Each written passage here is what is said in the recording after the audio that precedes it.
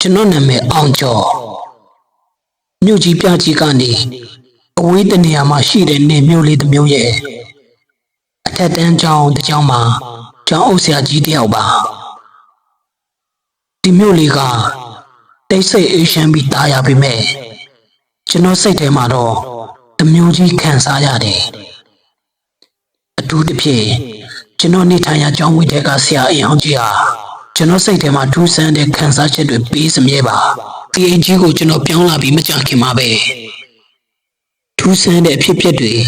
စကြုံရတော့တာပါပဲကျွန်တော်ဖက်နဲ့တွေအမြဲတမ်းပျောက်နေတတ်တယ်အစကတော့ကျွန်တော်ပဲမမလဲလဲနဲ့ပင်နာထားမိမှမသိတာလို့ထင်နေခဲ့တာဒါပေမဲ့ခဏခဏဖြစ်လာတော့တခုခုတော့မဟုတ်တော့ဘူးလို့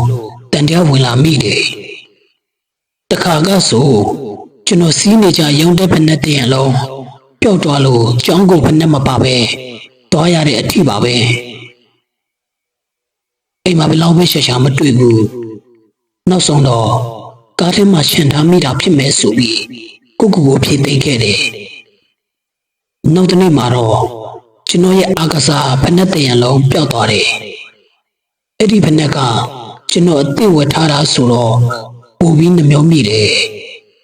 အိမ်ထဲမှာဘယ်နေရာမှမရှိဘူးတကားတွေပြတင်းပေါက်တွေအားလုံးလုံချုံစွာပိတ်ထားရတဲ့နဲ့ဘသူကမှကျွန်တော်ဖက်နဲ့တွေကိုလာယူနေတာလဲဆိုတာကျွန်တော်နားမလည်နိုင်တော့ပါဘူးတနေ့ညဘက်မှာကျွန်တော်အိတ်မပြော့ဘူးဘာရင်မှမဟုတ်အိတ်ခံပြတင်းပေါက်ကနေအပြင်ဘက်ကိုငေးကြည့်နေမိတယ်အဲ့ဒီအချိန်မှာပဲကျွန်တော်ရဲ့အာကစားဖက်နဲ့တစ်ဘက်ကညက်ခင်းပြင်ပေါ်မှာအလိုလိုရှောက်သွားနေတာကိုလက်ကနေတွေ့လိုက်ရတယ်ကျွန်တော်မျက်လုံးပုတ်ပြီးတန်ကြည့်လိုက်တော့ဘာမှမရှိတော့ဘူးဒါကျွန်တော်အမြင်မားတာဖြစ်မယ်လို့ပဲတွေးလိုက်မိတယ်ဒါပေမဲ့နှောင်းနေမနဲ့အဲ့ရကနိုးလာတော့ကျွန်တော်ရဲ့ဖက်နဲ့ပြောက်ကိစ္စကိုပို့ပြီးတရားတော်စီမယ်အရာတစ်ခုကိုတွေးလိုက်ရတယ်ကျွန်တော်ရဲ့အာကစားဖက်နဲ့တစ်ဘက်ကအရှိလီကထိတ်မှာအစုပ်အပြည့်ဖြစ်နေတဲ့ပုံစံမျိုးနဲ့ပြန်ရောက်နေတယ်ဖက်နဲ့မှာမြေကြီးတွေညက်စိမ်းတွေတက်နေပြီးကျိုးတွေကပြေလျော့နေတယ်အံ့ဩစရာကောင်းတာကဖက်နဲ့ရဲ့အောက်ရှိမှာတွေးစွန်းနေတာကိုတွေးလိုက်ရတယ်ကျွန်တော်ကြောင်းလန့်တကြားနဲ့ဖက်နဲ့ကိုကောက်ယူပြီးအမိုက်ပုံတဲ့ကိုတန်းပစ်ထည့်လိုက်တာပေါ့အဲ့ဒီအဖြစ်အပျက်တွေဖြစ်ပြီးတဲ့နောက်ပိုင်းကျွန်တော်စိတ်ထဲမှာမတင်တကြတွေဖြစ်လာတယ်ကျောင်းကတက်တန်းရင်ဆရာတအုပ်ကိုတီအေအကြောင်းမေးကြည့်တော့ဆရာကမျက်နှာပြတ်သွားပြီ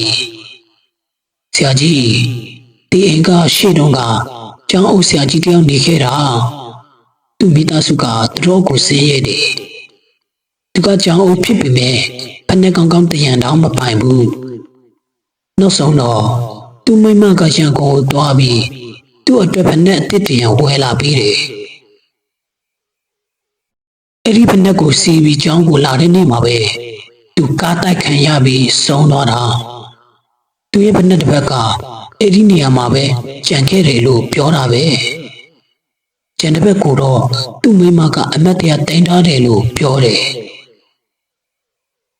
ဆရာရဲ့စကားကြားပြီးကျွန်တော်သုံးလုံး၆ရှားသွားတယ်ကျွန်တော်ပျောက်ဆုံးနေတဲ့ဖက်နဲ့တွေနဲ့ဒီအိမ်ဟောင်းကြီးရဲ့ဆရာဟောင်းကြီးဟာတခုခုတော့တိုက်ဆိုင်နေမှန်းဒေရှာသွားတယ်အဲ့ဒီညမှာကျွန်တော်အိမ်မပြန်ရဲတော့ဘူးကျောင်းကပေါ်တာဆောင်ပါပဲကျောင်းသားတွေနဲ့အတူညအိတ်လိုက်တယ်မနေ့ရောက်တော့အိမ်ကိုပြန်လာပြီးကျောင်းအုပ်ဆရာကြီးဟောင်းရဲ့အမတ်တရားဖက်နဲ့တစ်ဘက်ကိုဘယ်နေရာမှာထားခဲ့လဲဆိုတာအိမ်ဟောင်းကြီးပပက်လင်မှာလိုက်ရှာကြည့်တော့ရှမ်းအပြင်နားမှာရှိတဲ့တစ်ပင်ကြီးတစ်ပင်ရဲ့အောက်ရှင်မှာရှေးဟောင်းဖက်နဲ့တစ်ဘက်ကိုတွေးလိုက်ရတယ်ဖက်နဲ့မှာတွေးတွေချောက်ကပ်နေပြီးဖက်နဲ့ရဲ့ပုံစံကကျွန်တော်ပျောက်ဆုံးသွားတယ်ဖက်နဲ့တွေနဲ့တပုံစံတဲ့အတော်လေးစင်တူနေတယ်ကျွန်တော်လည်းအဲ့ဒီဖက်နဲ့ကိုယူပြီးကျောင်းအုပ်ဆရာကြီးဟောင်းရဲ့မိမစီကိုတွားပို့ပေးလိုက်တယ် တော်ကြီးကဖက်နှက်ကိုမြင်တော့မျက်ရည်တွေဝဲလာပြီးဒါငါယောက်ျားရဲ့ဖက်နှက်ပဲဒီဖက်နှက်တစ်ဖက်ကိုငါဘယ်လောက်ရှာမတွေ့တာအခုမှပြန်တွေ့ရတာငါဝမ်းသာလိုက်တာလို့ပြောချိုက်ပြီးပြောနေတယ်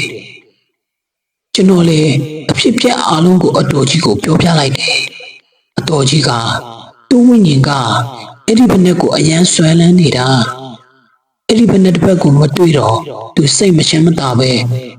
သူများဖက်နှက်တွေကိုလိုက်ယူနေတာဖြစ်မယ်လို့ဆိုတယ်အတော်ကြီးကကျန်တစ်ဖက်ကိုတင်ထားတဲ့ဖက်နှက်နဲ့ပြန်ပေါင်းဆက်ပြီးဘုရားရှင်ရှေ့မှာထားပြီးတော့အမြအတမ်းပေးဝေခဲ့ပါတယ်အဲ့ဒီနေ့ကစပြီးကျွန်တော်ဖက်နှက်တွေလည်းထပ်မပြောက်တော့သလိုအိမ်ထဲမှာလည်းထူးဆန်းတဲ့အဖြစ်အပျက်တွေလုံးဝမကြုံရတော့ပါဘူးပျောက်ဆုံးသွားတဲ့ဖက်နှက်တင်အတွက်